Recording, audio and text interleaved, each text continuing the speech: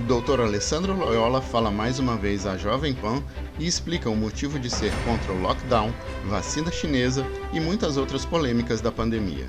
Assista.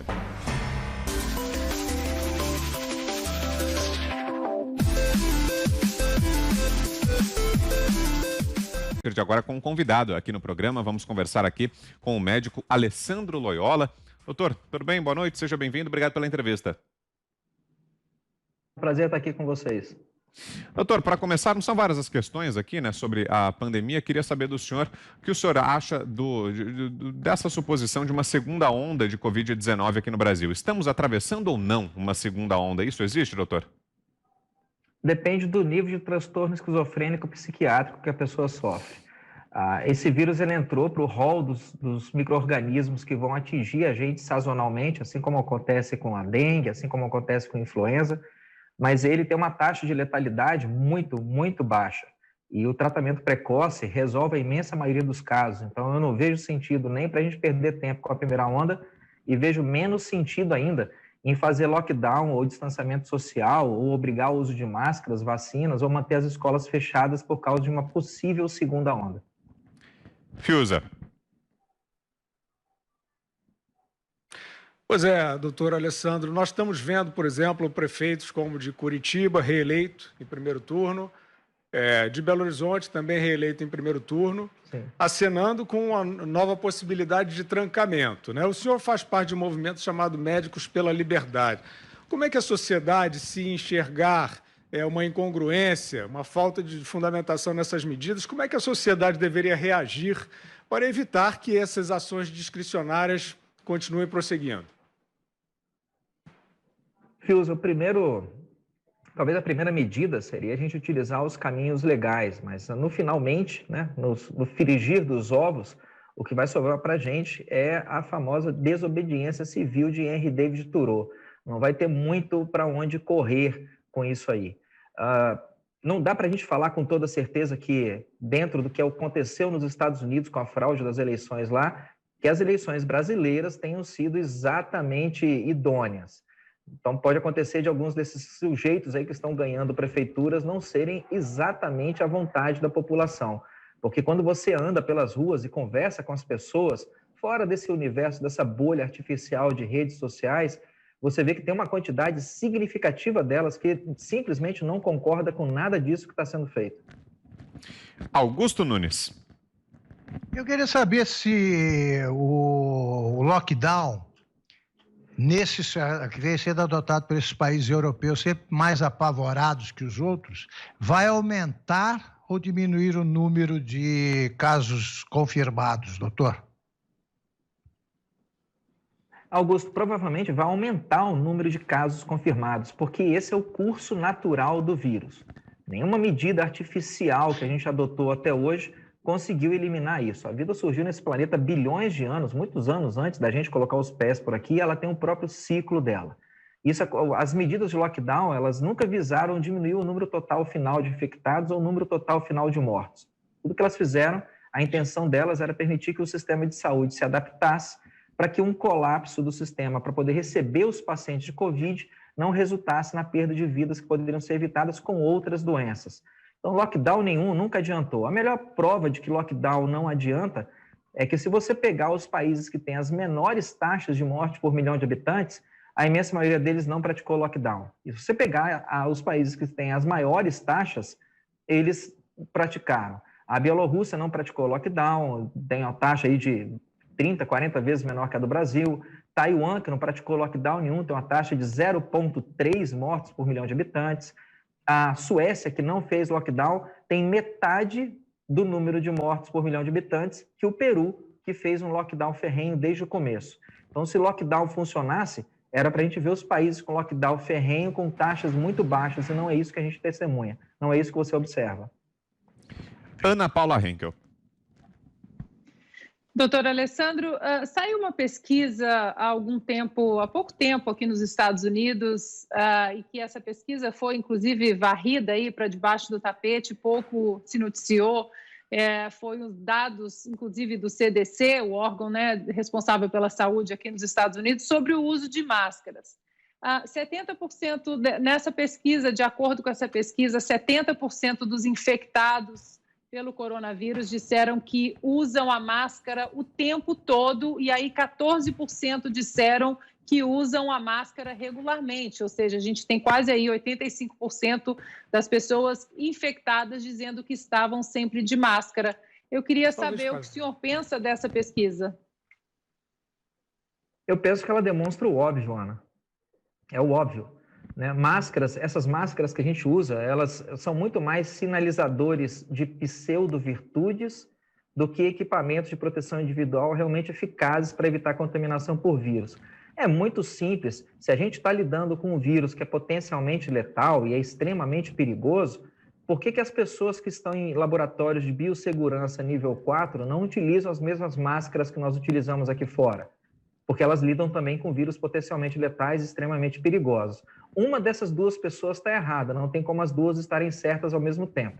Ou o cara que está com equipamento bem mais sofisticado que o nosso está completamente equivocado, ou nós que estamos com essa máscara aí estamos equivocados. No final das contas, o que a gente vê é que máscaras são muito mais um símbolo para lembrar você que a gente está numa uma falsa pandemia, do que para proteger você de alguma coisa. Estamos ouvindo aqui o médico Alessandro Loyola. Quem faz a próxima pergunta é José Maria Trindade. Diga, Zé. Salve, doutor Loyola. Eu tenho recorrido aqui à Bíblia, doutor Loyola, para dizer que durante todo o processo da humanidade, quem sempre foi isolado é o doente. Em qualquer epidemia, pandemia, o que se procura é buscar o agente transmissor e isolar. E neste caso aqui aconteceu exatamente o contrário, né? O saudável é que foi isolado, quer dizer, a humanidade inteira está procurando isso. Numa conversa que eu tive com o ministro de Ciência e Tecnologia, ele me revelou que o Brasil tem um projeto agora de construir um grande laboratório para prevenir dos futuros vírus. E ele prevê quase 100% a possibilidade de um novo vírus, também sazonal, como o senhor citou, né? E talvez até mais letal do que o novo coronavírus. E me falou que existem 10 elevado a 31, vou repetir, 10 a 31, o número de vírus. Quer dizer, é uma insanidade fazer um lockdown para cada um desses. A gente vai chegar à fase de extinção da espécie humana e a gente não vai conseguir fazer lockdown suficiente para todos os vírus. Quando você isola pessoas doentes, tudo bem, a gente tem um tipo de quarentena vertical que seria até justificável. Quando você começa a isolar pessoas saudáveis, isso não chama quarentena, isso chama ditadura. Ô, doutor, e em relação à vacina, há essa discussão agora, inclusive, sobre a possibilidade de obrigatoriedade da vacinação. O que o senhor pensa a respeito? Que qualquer vacina que possa surgir contra o Covid no intervalo inferior a 5 anos, seja ela utilizando tecnologias clássicas como vírus inativado, vírus vivo atenuado ou subunidade viral, ou vacinas utilizando tecnologias mais modernas como vetor viral, DNA, RNA mensageiro, qualquer vacina contra o Covid que seja apresentada para uso em massa em um intervalo inferior a 4 anos deve ser considerada um lixo. Guilherme Fiuza. Doutor Loyola, nós vimos naquela declaração de Great Barrington, né, que reuniu vários médicos, infectologistas, inclusive milhares, né, de signatários, algumas diretrizes dessas que, eventualmente, nós aqui, leigos, acenamos, perguntando, né? Quer dizer, por exemplo, as proteções focadas, né, eles usaram esse termo, aos grupos vulneráveis. Por exemplo, em situações de trabalho, pessoas, dependendo da faixa etária ou do nível de comorbidade, conseguirem licenças, serem outorgadas licenças, por exemplo, para que essas pessoas possam se proteger de maneira isolada. Nós não vemos, né, doutor, essas políticas públicas em aplicação em lugar nenhum, praticamente, né? Por que esse tipo de proteção focada e lavrada, né, assim, atestada neste importante documento, não vai adiante, na sua opinião?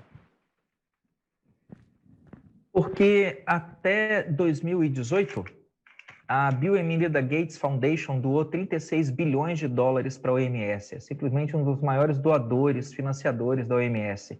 As vacinas vêm sendo desenvolvidas pela Coalition for Epidemics Preparedness Innovation, a CEP, que é uma ONG também financiada pela Bill e Melinda Gates Foundation, que por acaso também é um dos líderes da Gave Alliance, que vem tentando vender vacina para o mundo inteiro. O próprio Bill Gates já falou em entrevista que investir em vacina rende a ele 7 a 20 vezes mais dinheiro do que investir em tecnologia de informação. Então, a pergunta, Fios, é uma só: dinheiro. Ana.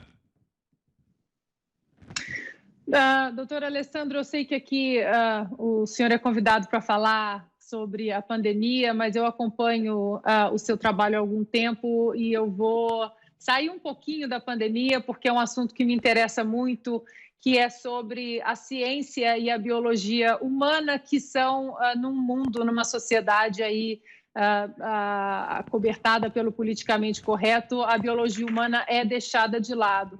Eu gostaria que o senhor colocasse aí em poucas palavras, eu sei que o assunto é vasto, sobre as diferenças hormonais entre mulheres e homens, e aí entrando no campo da autorização política do Comitê Olímpico Internacional de transexuais no esporte feminino, homens biológicos. Eu queria que o senhor mostrasse, colocasse a importância da gente entender como a testosterona age no corpo masculino desde muito, muito cedo. Eu lembro que teve uma thread sua no Twitter, uma postagem, alguma coisa assim, eu até escrevi um texto sobre isso e colei lá. Talvez seja daí que vem esse gancho. Mas a testosterona, os picos de testosterona que acontecem no organismo masculino durante a infância e principalmente a adolescência, a idade de jovem adulto, até por volta dos 25, 30 anos, moldam o corpo masculino, tendões, músculos, ossos, de uma maneira diferente do corpo feminino. Homens têm ossos com densidade mais ou menos 2 vezes maior que a mulher. Homens têm músculos com uma capacidade de mobilização de ATP e força de explosão muscular 3 vezes maior que a mulher. Meu pulmão é 25% em média maior e mais capaz de fazer mais troca gasosa do que uma mulher que tem a mesma altura e peso e idade. Então, você colocar um homem e uma mulher em estado de igualdade, simplesmente porque eles têm altura e pesos equivalentes, já é uma injustiça.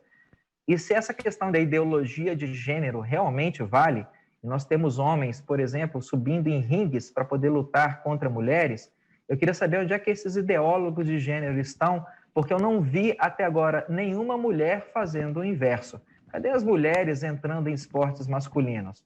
Ela está subvertendo completamente a natureza nobre que as atividades esportivas têm. É tudo um transtorno psiquiátrico só. E o comitê olímpico que está gerenciando isso aí deveria pedir licença médica e se tratar também. Muito bem, nós ouvimos aqui o médico Alessandro Loyola. Obrigado pela entrevista, doutor. Boa noite. Eu que agradeço aí todo mundo da bancada. Gratidão para vocês. Bom final de semana.